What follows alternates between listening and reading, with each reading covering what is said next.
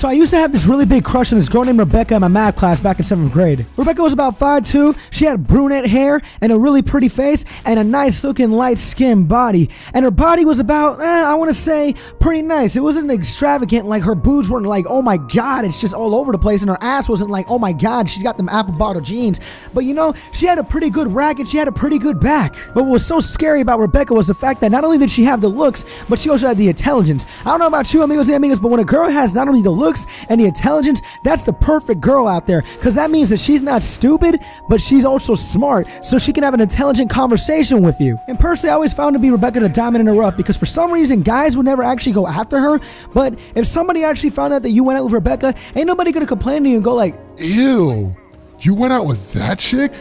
That's your girl? Yo, that's disgusting. You could do better than that. Rebecca was pretty much up for grabs by anybody, but the problem was here is that I was probably that nervous kid that would never actually talk to any girls, because girls were like this foreign thing, you know, they were a foreign mystical creature that you had to kind of solve, kind of like a puzzle, and if you didn't do that puzzle right, the difference is that not only are you shunned and actually made fun by society, you're also an embarrassment to everybody in the whole entire world. So that's why I barely talk to women, but I really wanted to talk to Rebecca because I always found her attractive, and I found her very cute, and you know what, I also found her very intelligent. So that's why whenever she walked inside the classroom in math class, I would always just like stare at her and just see her walking by as she's just walking towards her seat. And I want to say something, I want to say hello to her whenever she passes by my seat, but I never have the actual courage to say hello to Rebecca. It's like a cat cut my tongue and I'm like,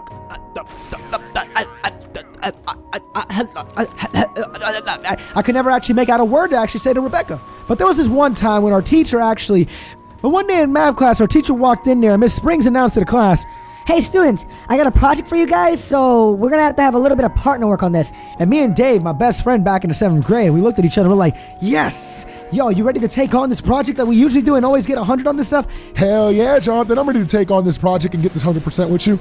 And then surprise, Miss Springs says, "I got the assigned partnerships for everybody though. Not everybody's gonna work with who they usually work. You can't choose who you work with. I'm gonna choose the partnership." And so at first I was looking at Miss Springs and I'm like, fuck you, bitch. What makes you think you have the right to actually choose my partner and stuff? What do you mean to tell me that I can't get 100 with Dave? Now I gotta work with like old Jimmy over there who doesn't know a fucking thing about like the Pythagorean theorem over there. So now I'm gonna get an F because of that. At first I was like that. But Miss Springs actually gave like the letters to see who was actually working in partnerships. And it turned out I was working with Rebecca. And then my interest where I was just like, fuck you, Miss Springs, just was like, whoa, I'm working with fine little thing over there? Okay, I see how it is, Miss Springs. I like your style. I like your style. I like what you're doing over there. And as I found out the news that I was working with Rebecca, Dave turns to me and he's like, uh-oh, get him, coach. I know you like Rebecca. You don't have to lie there, homie. We all know you like Rebecca, bro. So go get him. And after Dave gave me that little pep talk, I was hyped. I was over here thinking that I was gonna talk to Rebecca like a pro. I said to myself, Shadow, bruh, she's all yours, bruh. She's yours for the taking. So go out and get a tiger. But all that hype that I was building upon myself ended up dying right then and there. As soon as I turned around, and next thing you know, I'm freezing up. I'm starting to feel nervous. My knees are starting to buckle, and I'm starting to have the butterfly feelings in my stomach. But why is that? Because I turn around and Rebecca's right there in my face and I just see all beautiful girl in all her glory right in front of me. And she says hi to me. And as I'm trying to make up and say hi to her, I can't even say a word back. I'm like, ha, ha, ha, ha. Hi. Jonathan, are you okay? Is there something wrong with you? No, I'm okay, Rebecca. I'm okay, Rebecca. How you doing, girl? How you doing, girl? And so I just pretty much just facepalm in front of my face because I pretty much just failed at introducing myself. First impressions are everything, amigos y amigas. You introduce yourself right then and there, and that's what pretty much a person has an opinion about you. So pretty much she just looks at me and I'm just like, damn it, I fucked up completely. And pretty much all my confidence went from 100 to 0 in a matter of seconds. And throughout the whole entire class times, there was pretty much no conversation between me and Rebecca. It was silence, crickets. That's all you heard. You know how you hear crickets when no one in the audience is liking what a comedian's saying? That's pretty much what's happening between me and Rebecca this whole entire time that we're having this study session together in order to complete this project with one another. So I go back home, have my face just feeling down, my head is just down, and you know, I look at myself in the mirror and I say to myself, hey, Jonathan, man, pick yourself up, little soldier. What you getting sad for? Stop moping and crying. Tomorrow's a brand new day.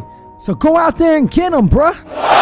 And after giving myself that little pep talk, I was ready to go. And you know what I did? I pretty much just planned out everything that I was going to say to Rebecca. If she said this, I was going to say that. If she said that, I'm going to say that. If it led to this, I was going to say that. And eventually, maybe, who knows? Maybe I'll find out if she actually likes me or if she thinks I'm cool. Maybe we'll exchange numbers. Who knows? But if we exchange numbers, what am I going to say then? Do I just give her my cell phone number? Should I do that? Or I don't even know. I was just pretty much planning out everything that I was going to say to Rebecca in case she was going to say that sort of stuff. Because back in the day, I think that's how girls were. Like I said, back in the day when I was growing up, amigos, I thought girls were kind of like a puzzle. You got to solve them a little bit in order to get the right thing. So I was planning out strategically what I was going to do in order to get to Rebecca's heart. That's what I was originally going to do. So the next day passed by and I'm ready to go back to math class with Rebecca. And I sit there just casually waiting on Rebecca to come inside.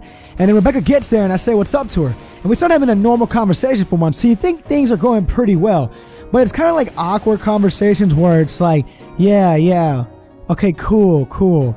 They're like one-word answers every time I would ask her a question to try to spark some kind of social entertainment with her. And the same problem ends up pretty much happening again. There's pretty much no conversation happening. It's silent as hell. There's nothing interesting about me pretty much at this point. So pretty much the conversation just right then and there just pretty much dies off. And then the most cruelest thing that you could ever hear to a man being said is Rebecca looks at me and just says, Jonathan, you're not a very interesting person, are you? And I look at her, I'm like, what do you mean? What do you mean that I'm not an interesting person? You just don't really say much, do you? And I'm like, well, I mean, that's kind of true. I really don't say much. Are you shy? Are you nervous? What is it? Like, are you okay? Like, there's nothing wrong. I mean, is it because I'm a girl or something like that? Because I see you with Dave all the time and you seem to talk so much. But when you talk with me, you don't really seem to talk to me at all.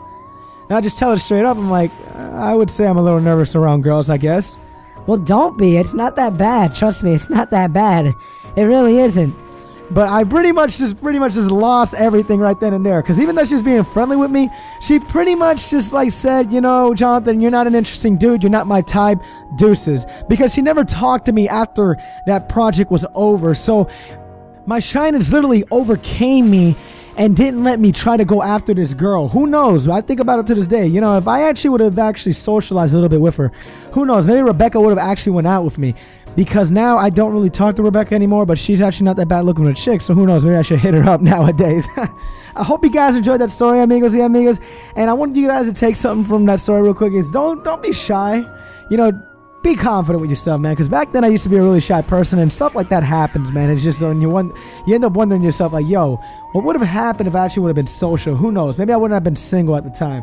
But anyways, amigos y amigas, it's been your boy Shadow Killer Legacy here. And as always, adios, mi amigos. Peace. Hope you guys enjoyed that story. I hope you guys enjoyed that video, and if you guys have made it this far, subscribe down below. Just keep you updated with my YouTube channel. There are two videos on the screen right in front of you right now. The video link will take you to the last story time of Shadow Killer 0212. One video right will take you to the last Personal Fridays video in the series of Shadow Killer 0212. There are social media websites you can follow me on. You can follow me on twitter.com/ShadowKiller0212. You can follow me on Facebook.com/ShadowKiller0212, as well as Twitch.tv/ShadowKiller0212. I don't have a set schedule when I do Twitch, but I do Twitch more often than what I used to. So if you guys want to check that out and get emails about when I do Twitch, go ahead and just follow me on Twitch.tv/ShadowKiller0212 so you guys can email as to when I'm live streaming. Anyways, amigos, it's been your boy Shadow Killer Legacy here. As always, adios, mi amigos. Peace.